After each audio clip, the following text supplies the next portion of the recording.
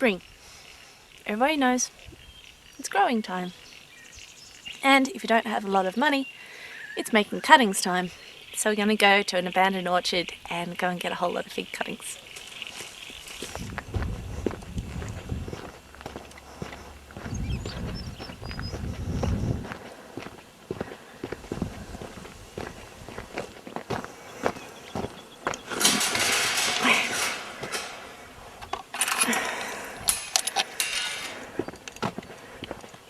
Just got to show you this.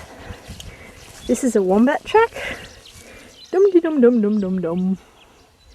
So his hole's there. It's like this big ass deep wombat hole. Then he just goes dum dum dum dum under the fence, straight out to lunch. As many oats as you can eat. It's a little mama lamb. And 2 baby lambs. Obviously not too excited about me being here. That's alright. Oh, hey everybody. Morning. Oh, gotta love spring. Anyway, I'm becoming distracted. It's the orchard. I don't know where the house used to be. I think there maybe. Oh, rabbits. Oh, seems everybody's down there in the shade. Jesus, there's thousands of sheep in there. This is all apple trees, I think, mostly, and plum trees. And over there's a whole lot of other things in flower, which, if I knew more about this sort of thing, I would be able to tell you what to wear. Ooh. Hello. Part of the reason I'm doing this, apart from the fact that it's next door and it's free, is that this is local growth. I know that this works in this region. I know that this is frost tolerant. I know that the size of that trunk, it's obviously snow tolerant as well. And I know that this tree will very most likely, with very little attention, like this one's had for the last 100 years probably, grow really well on our land. It's a little bit late in the season to be doing this right now, but for the purposes of demonstration. Look, it's a little fig. And there's the fig leaf that we know so well from sculptures of men's groins. Okay, so from what I've been taught, you want to take the cutting here. Meant to follow the wrinkle. Make sure you get something sharp to do it with, obviously. Yay! And there's your fig cutting. I actually find these old orchards really comforting. If all that's left of my family in 100 years' time is a big circle of fruit trees that are still producing kick-ass figs and providing somewhere warm for the animals to shelter under, it's not such a bad worst-case scenario. I could go with that. We have our fig cuttings. We have thanked our fig tree. Thank you, Mrs. Fig Tree. It's obviously time to go home. Before they're planted, most cuttings have a growth hormone. They have a growth hormone that they're dipped in. You can buy these preparations from nurseries and pretty much everywhere. But they're not the sort of thing I would like to drink, and our sort of principle is, if you wouldn't drink it yourself, don't feed it to your plants. Fortunately, nature's there ahead of us and has created the willow tree, which is pretty much a medicine chest, but apart from everything else, its leaves have a growth hormone in them, and you can use them to make growth hormone to dip cuttings in. What you need to do is get some willows.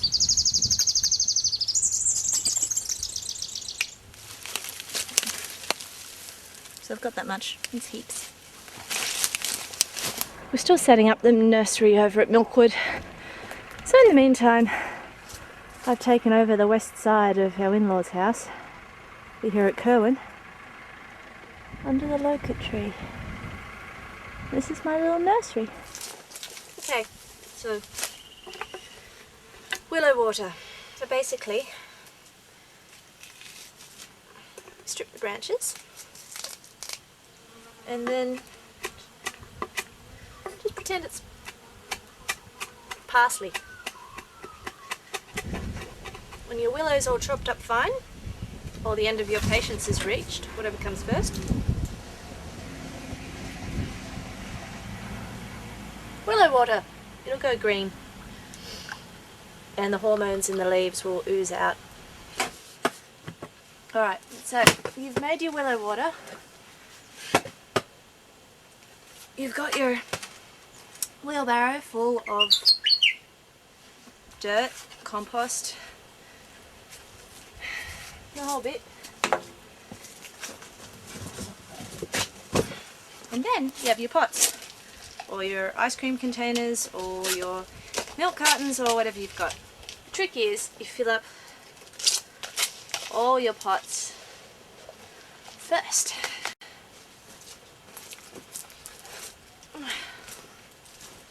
Ta-da! Okay, so willow water,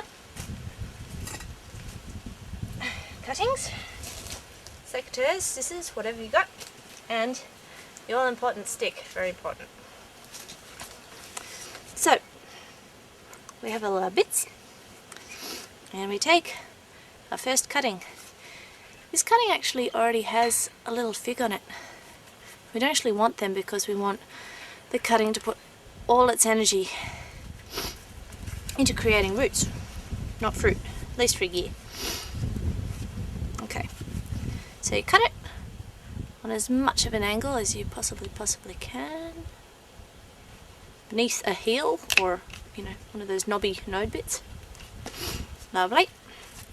And then you need to scrape up just a bit of the cutting until you hit the green wood, just in a couple of places just below where it's going to be in the ground. It must stimulate root growth or something, or root growth perhaps. Perhaps you'll grow a root, who knows. Okay, take your trusty stick and make a hole in the pot for the cutting to go in, so that when it has its willow water on it, it doesn't all come off when it pushes through the dirt. So stir it around, get a whole lot of green shit on it. Good. And then into the pot. Press it down firmly. And that, my friends, is a fig tree. And there they are, all safe as houses. This is my little nursery. They're poplars. They're dead. They're figs and cherries and quinces and apples and more figs and locusts from this big tree right here. And silver wattle, which might work, I'm not sure, and white cedar.